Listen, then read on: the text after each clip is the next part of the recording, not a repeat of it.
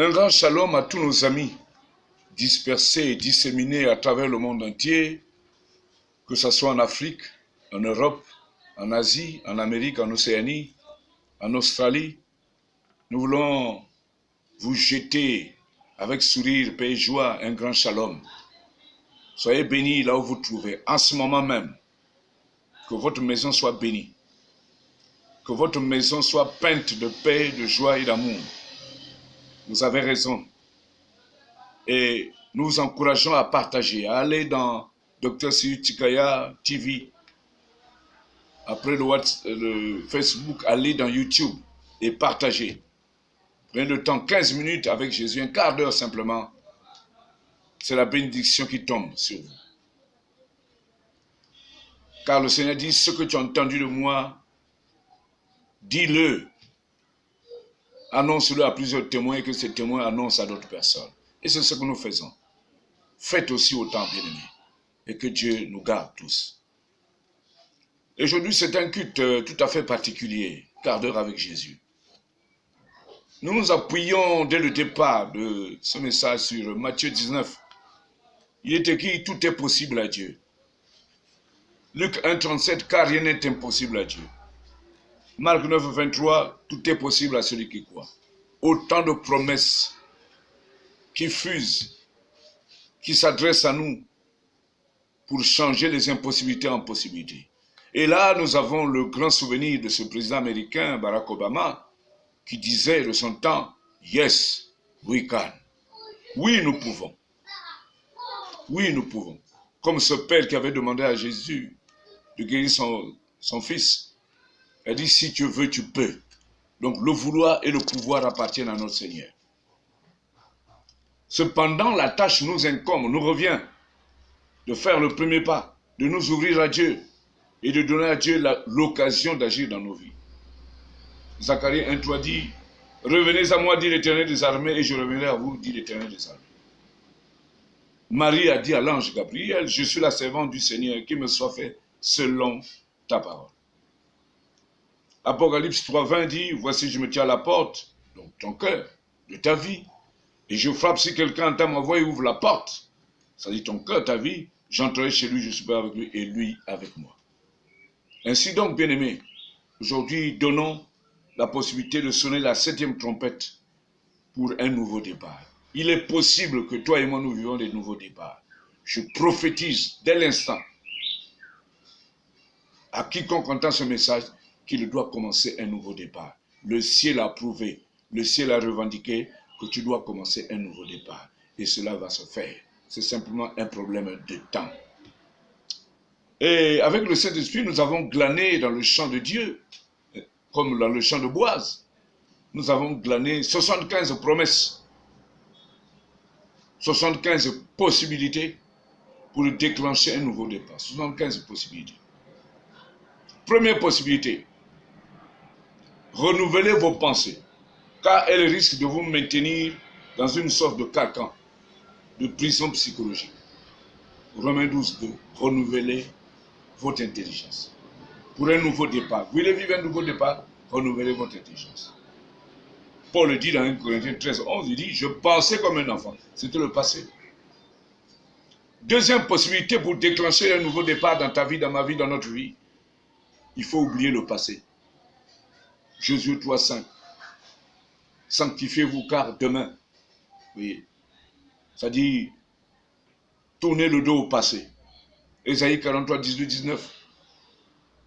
Ne pensez plus aux événements passés, ne regardez plus ce qui est ancien. Voici, je vais faire une nouvelle chose. C'est un nouveau départ. Vous savez, en hébreu, la racine du mot passé est kadesh, qui veut dire couper, tourner le dos.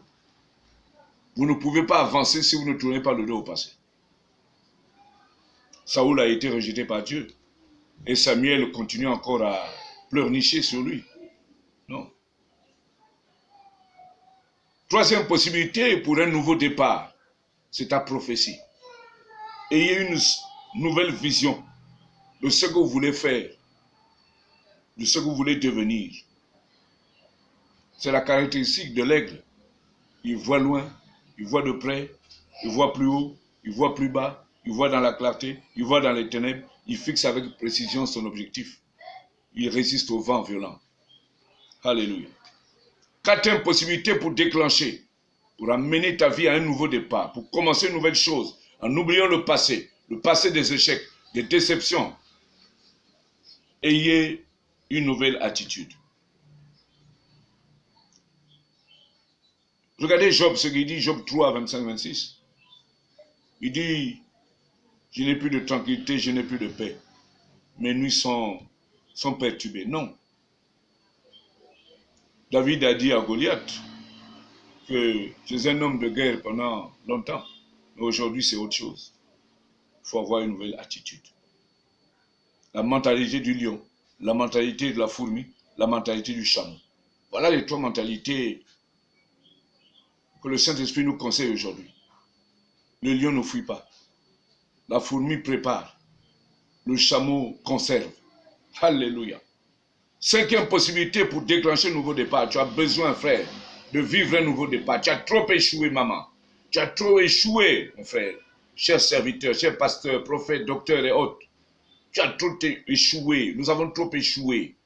5e possibilité pour commencer un nouveau départ. Prenez garde à ce que vous pourriez entendre. Parce que ce qu'on entend, c'est ce qui emmène la foi. Donc faisons attention à ce que nous entendons qui risque de voler notre foi. Parce qu'il existe des voleurs de la foi, des manipulateurs de la foi. 6e possibilité, soyez courageux à refaire une chose, à reprendre la même chose, qui s'était achevée auparavant par un échec. Adam a dit, voici cette fois-ci. Genèse 2, 23.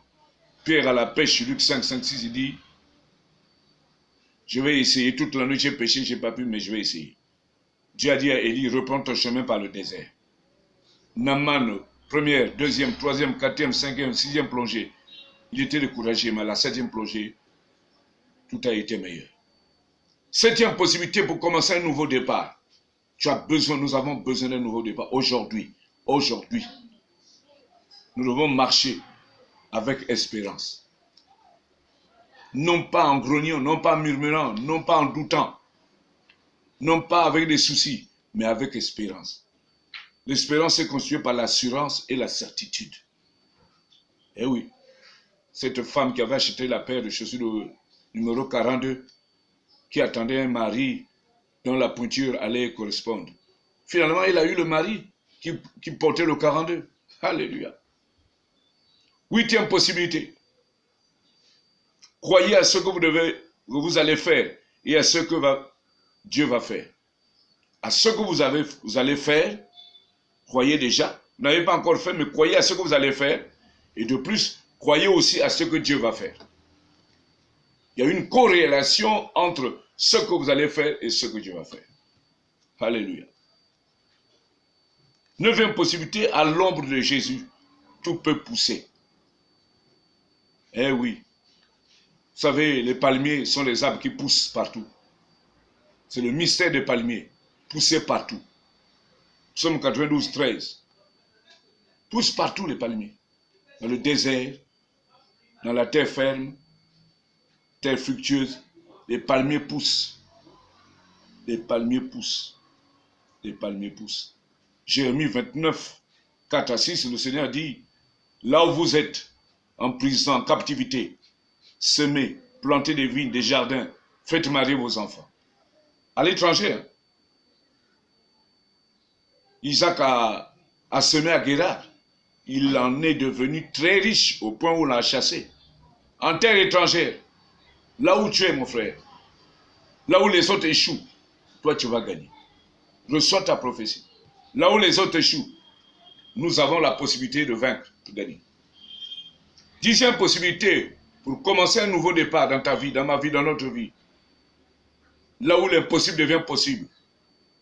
Dieu travaille avec ceux qui se sont abaissés. Ah, Proverbe 15, 33. Jacques 4, 6, 10. Abaisse-toi et Dieu t'élèvera. Abaisse-toi, Dieu t'élèvera. C'est la prophétie de Joseph à ses frères. Je vais mourir, mais Dieu vous fera remonter de ce pays. Alléluia. Dieu te fera remonter de la faillite de tes affaires. 11e possibilité. Dieu travaille avec ceux qui ont jeté le manteau du complexe d'infériorité et de supériorité, l'orgueil, la fausse humilité. 12e possibilité. Vous devez accepter le mouvement, sinon le rythme du temps de Dieu. N'imposez pas le rythme à Dieu. Acceptez le rythme de Dieu. Il y a un temps pour chaque chose. Posez la question à Marie, si vous la rencontrez. Notamment si vous la voyez à Cana. Si vous la voyez dans cette ville de Cana, posez la question et il vous donnera le témoignage. Jésus lui a dit, femme, qu'y a-t-il entre moi et toi? Mon heure n'est pas encore venue. Alléluia. Il y a l'heure de Dieu, l'horloge de Dieu, la montre de Dieu. 13e possibilité. Dieu marche avec ceux qui sont revêtus de 4 faces comme lui. Face de lion, d'aigle, de bœuf et d'homme. Ézéchiel indice. Force, humilité, humanité, spiritualité, élévation spirituelle. Force. 14e possibilité. Nous devons savoir que derrière Jéricho se trouve Canaan. Derrière un désert se trouve un étang. Derrière une montagne se trouve une plaine. Derrière le Pénina se trouve Anne. Derrière Ismaël se trouve Isaac. Derrière ton problème se trouve une solution. Derrière ton échec se trouve une réussite. 15e possibilité, savoir qu'un croyant est à la fois un thermomètre et un thermostat, c'est les lumières du monde. Nous sommes à la fois thermostat pour marquer la température, thermomètre pour marquer la température plutôt, et thermostat pour changer la température. Sel et lumière. 7e possibilité, enfin, si vous voulez voler comme un aigle, ne vivez pas avec les poussins. Heureux l'homme qui ne marche pas selon le conseil des méchants. Ne vis pas avec les poussins. Tu ne voleras jamais, tu ne prendras jamais de la hauteur. 17e possibilité pour terminer, marchez en direction de votre Canaan comme s'il était impossible de demeurer en Égypte. C'est dans la tête que ça se passe, dans ton cœur. Pendant que tu souffres, continue à marcher vers Canaan. Pendant que Israël était en captivité, il marchait vers Canaan, mais sur le plan spirituel. Que Dieu te bénisse et que tu commences un nouveau départ. La prophétie d'aujourd'hui commence un nouveau départ. La prophétie d'aujourd'hui ne regarde plus à ce qui est ancien. Dieu va faire une nouvelle chose. Elle est sur le point d'arriver. Si tu crois, tu verras la gloire de Dieu. Amen. Amen. Amen.